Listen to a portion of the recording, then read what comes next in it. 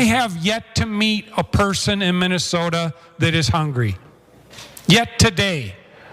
I have yet to meet a person in Minnesota that says they don't have access to enough food to eat. Now, I should say that hunger is a relative term, Mr. President. You know, I had a cereal bar for breakfast. I guess I'm hungry now. That, to some, might be maybe that's the definition of the bill. I don't know. I didn't see a definition of hunger in the bill, Mr. President. This damn genius right here. I mean, really, Minnesota.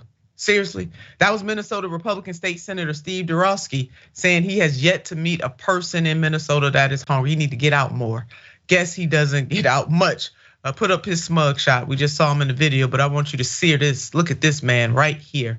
Right here, that man right there. In Minnesota, y'all gave this man some power. Lord have mercy on all our souls. But Rep. Drazkowski is wrong because the people of his home district are in fact hungry. Let's put up these facts. At least a dozen food pantries are feeding record numbers in Drazkowski's home district.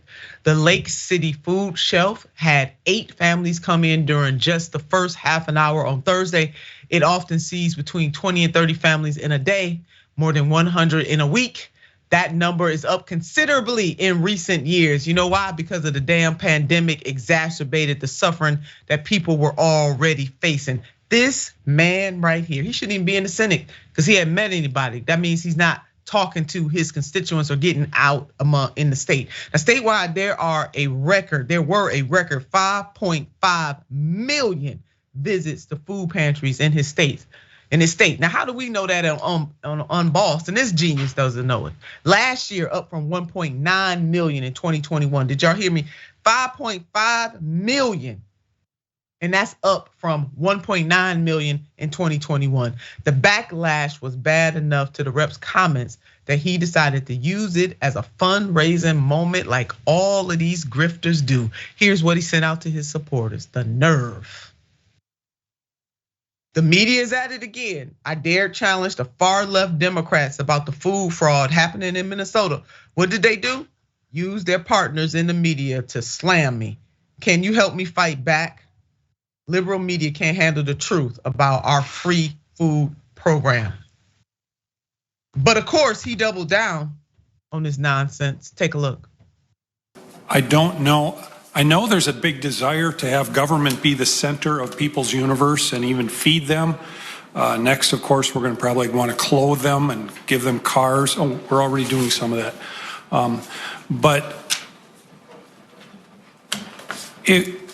how can kids be malnourished and record obesity at the same time? I don't get it, Madam Chair. Something isn't ringing true here. Yeah, he doesn't get it because he doesn't want to get it. There's something called food insecurity, but this genius wouldn't know that if it slapped him upside the head. Next thing you know, we're gonna want government to feed people. You damn right we do, because we have people who are poor in this country and they deserve some help from their government. You're not saying all that when your state bail out these big corporations, sir. Were you writing to the Congress telling them to stop giving away corporate welfare, sir? I doubt it. But when it comes to helping children and helping their families, you got something to say? There's no correlation between childhood obesity, sir, and children being unable to eat on a regular basis, genius. And since you are a state senator, I'm sure that you can call on some of the top doctors in your state, some of the top pediatricians who can help to educate you, genius. Jackson, we're gonna give him the Genius of the Year award. We got to. I think we definitely should, and plaster it everywhere. But one thing that always kills me is why people who view government and society this way even want to be a part of the government. Like, why are you even in office? Like, literally, like, what are you doing?